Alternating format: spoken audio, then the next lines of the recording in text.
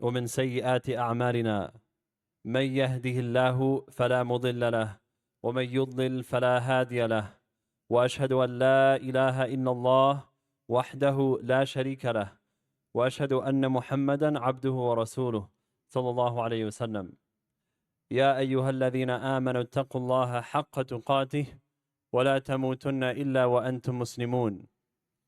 يا أيها الناس اتقوا ربكم الذي خلقكم من نفس واحدة وخلق منها زوجها وبث منهما رجالا كثيرا ونساء واتقوا الله الذي تساءلون به والأرحام إن الله كان عليكم رقيبا.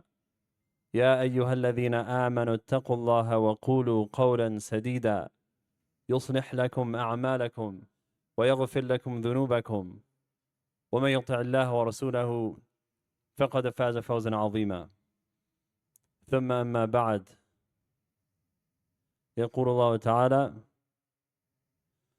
بعد بسم الله الرحمن الرحيم: إذا زلزلت الأرض زلزالها وأخرجت الأرض أثقالها وقال الإنسان ما لها يومئذ تحدث أخبارها بأن ربك أوحى لها يومئذ يصدر الناس أشتاتا ليروا أعمالهم فمن يعمل مثقال ذرة خيرا يره ومن يعمل مثقال ذرة شرا يره.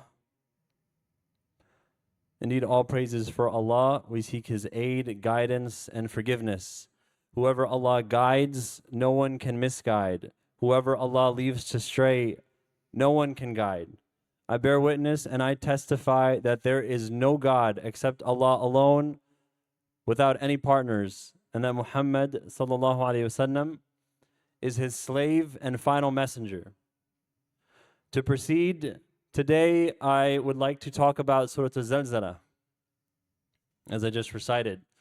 But before I jump into Surah Al-Zalzala, I want to give a little bit of background on why and what angle I want to look at Surah Al-Zalzala in.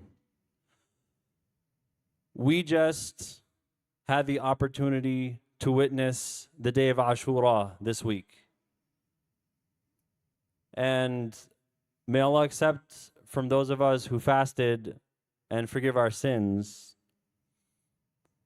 But the day of Ashura is a huge spectacle of a day because it celebrates the anniversary of when Allah saved Musa alayhi salam and the believers from the hands of the world's most oppressive regime, which was the regime of Fir'aun.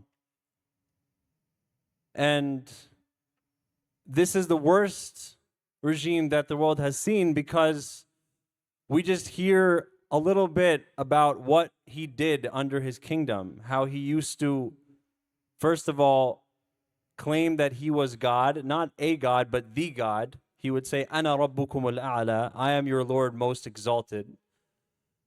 And he used to oppress and torture and enslave the children of Israel.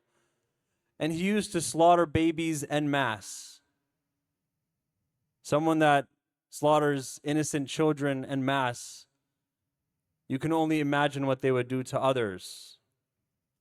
And this Ashura was special for us in 2024 because we are witnessing, as we all know today, the horrors of what's going on in Gaza. And it's mirroring, disgustingly, whatever's happened when Fir'aun was the ruler of his regime. We have our modern day version of Fir'aun and our modern day version of this same story.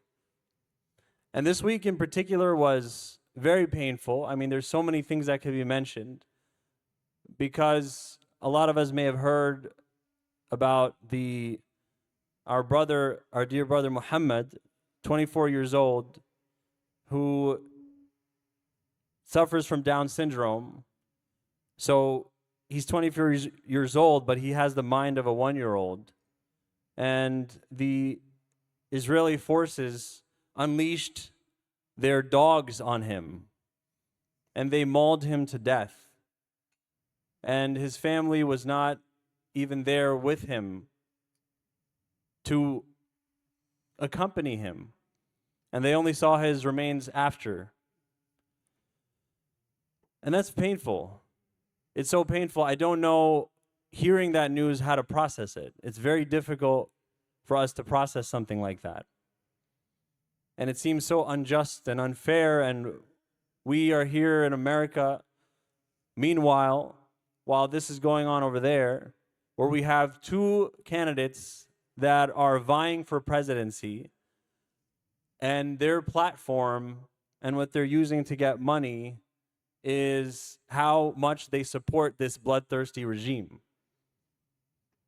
So it's difficult to process what's going on in the world today if we look at it with the lenses of just what you see in front of you. Like, if you look at the world just based off of what you see in front of you, human beings were not meant to process this. There's too much trauma. It's not possible for us to process it.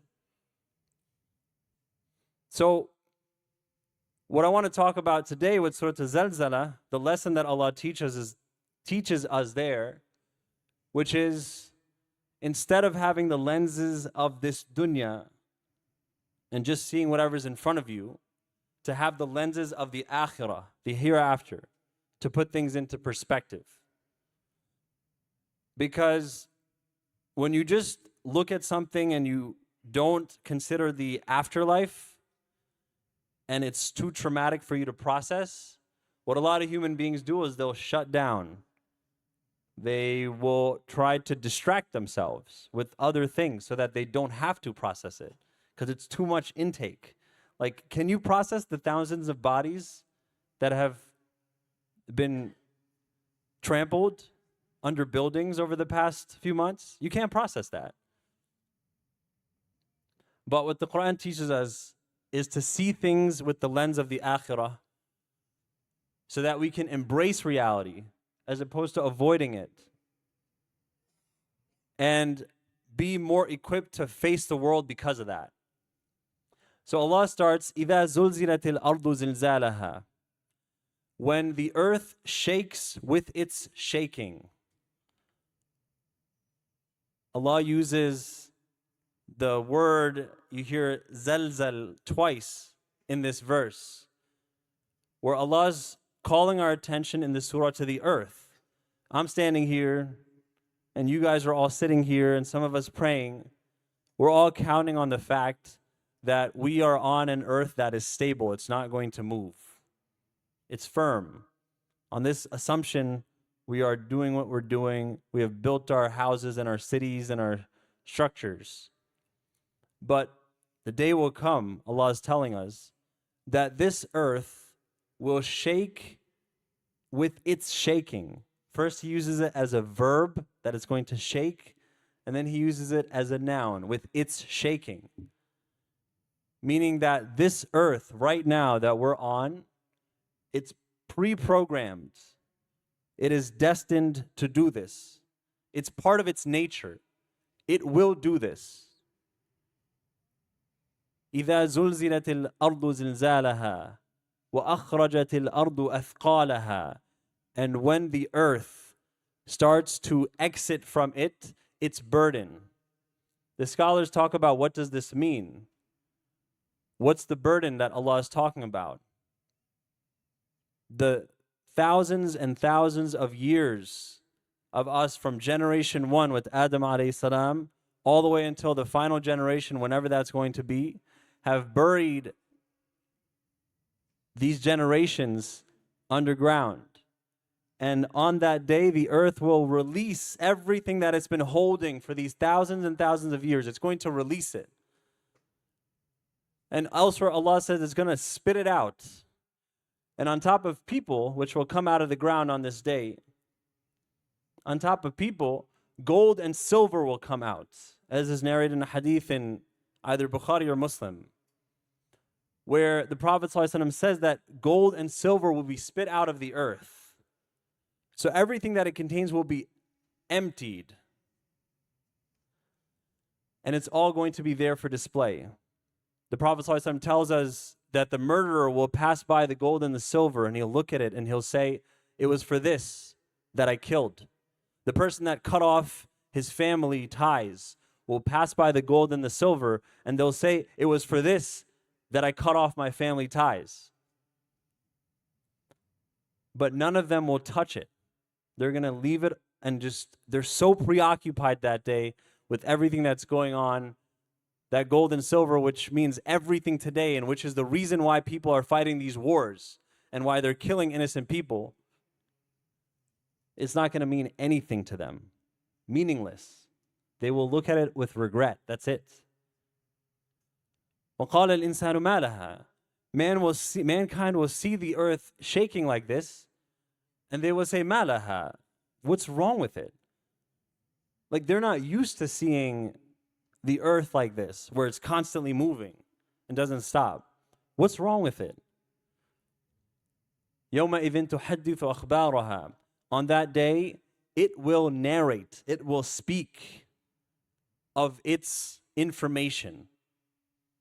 And there's another hadith that's reported in Tirmidhi that Tirmidhi narrates as, or he grades as Hasan Sahih, where the Prophet ﷺ asked the companions, مَا أَخْبَارُهَا? Like, what is its information? What is the earth going to narrate and speak on the Day of Judgment? And so the companions said, Allah and His Messenger know best. And the Prophet ﷺ responded words to the effect that it will speak about what it witnessed, about what people did on it. It will say, this person did such and such a thing on such and such a day. And it will narrate and everything and speak about it in detail. Because the earth, in our world, with the lenses of only our reality, looks like it's dead, not able to witness anything. There's no cameras on the ground. But Allah is telling us, no, if you put the lenses of the akhirah on, I'll tell you what the truth is. The truth is, the earth is actually watching everything that's going on. The truth is, the earth is witnessing what's happening in Palestine right now. The truth is, the earth saw whoever was tortured. That's the truth. يَوْمَئِذٍ تُحَدِّثُ أَخْبَارَهَا بِأَنَّ رَبَّكَ وَحَالَهَا. Because its Lord has inspired it. Its Lord has commanded it. On that day, Allah will command the earth to speak.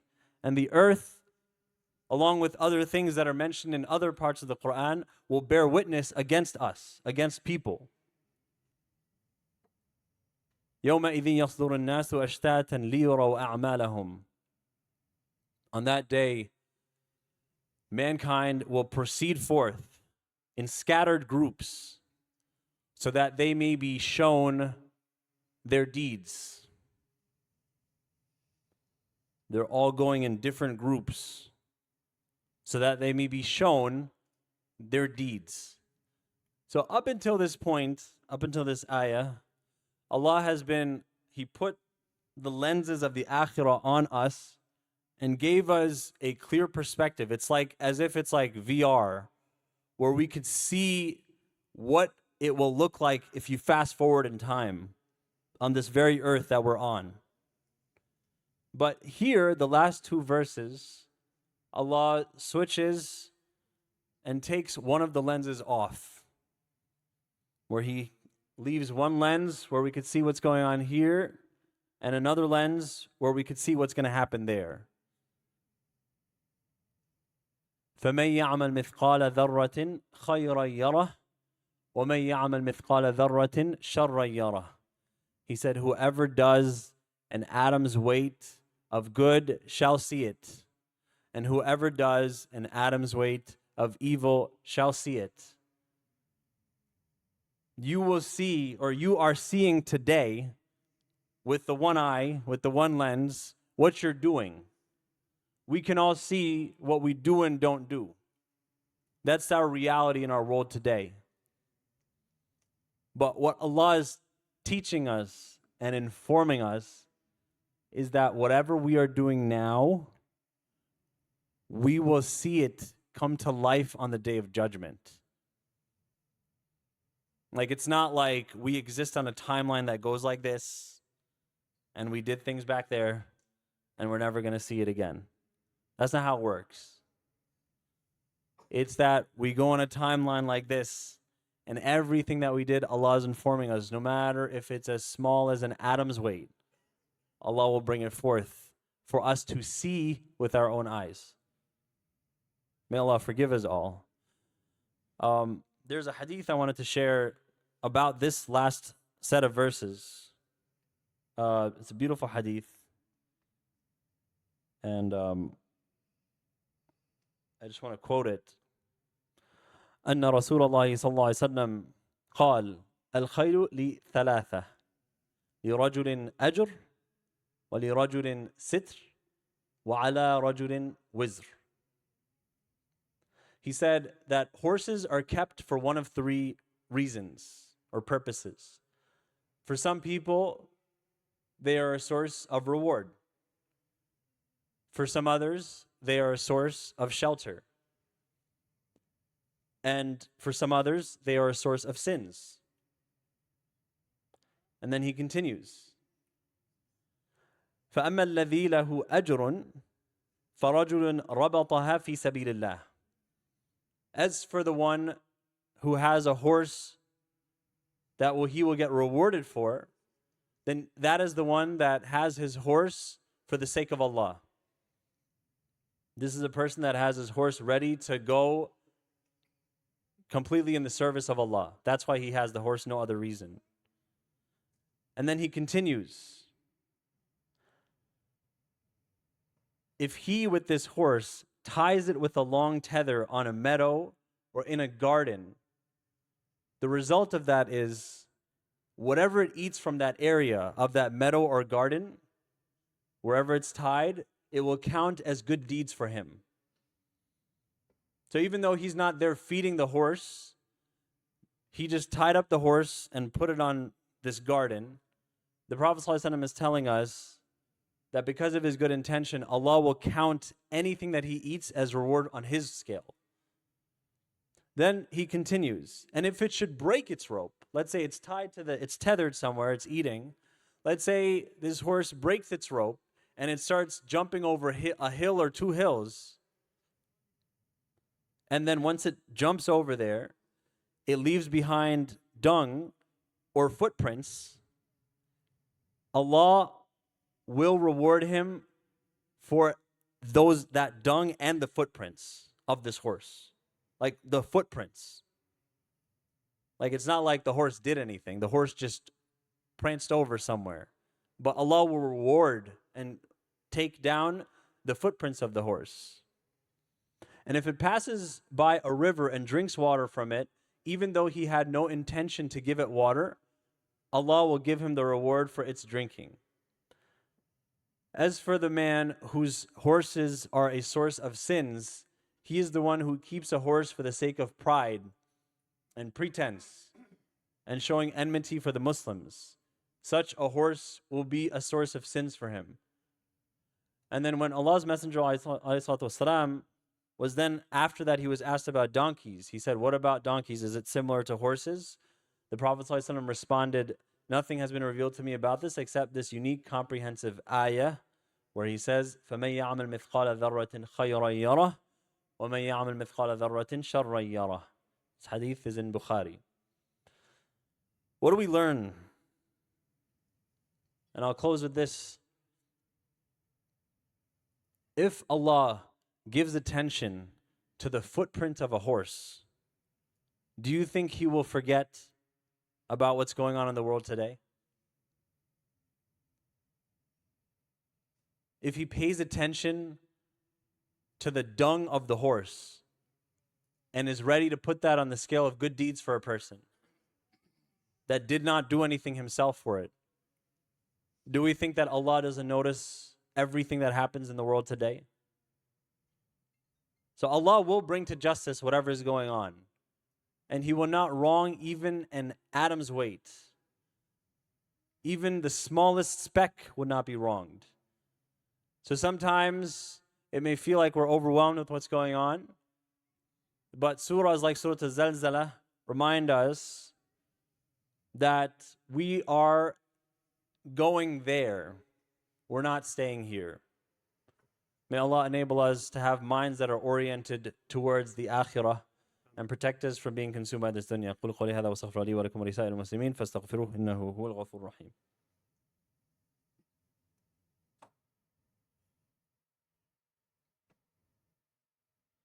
Alhamdulillah Rabbil Alameen wa salatu wa salamu ala Rasulullah wa ala alihi wa sahbihi wa man wala ba'd. In the name of Allah, and may Allah's peace and blessings be upon the Prophet alayhi salatu wa salam. I just want to close on a related topic. I was reading Atomic Habits. I think some of you may have heard of that book before. And the book is about how do you develop habits in your life so that you can change yourself for the better. But it's an interesting concept that he talks about in that book, which I think is very relevant to the point of today's khutbah and this, one of the lessons of Surah Al-Zalzalah, where he says a lot of people, when they're trying to change their habits and start a new habit in their life, what they do is they focus on the thing that they want to do. So like if they have like a specific goal, like they want to go to the gym, then they set that goal of going to the gym and that's what they focus on, the thing that they want to do. And he said this is the wrong way to go about this. The more effective way to do this is to start by changing your beliefs about things, because that will drive your actions much more longer term. So what I mean by this is, if I take the gym example, it's a world of a difference. If you look at the gym and you say, the gym is where I go when I get sore, it takes time out of my day, and it's tough.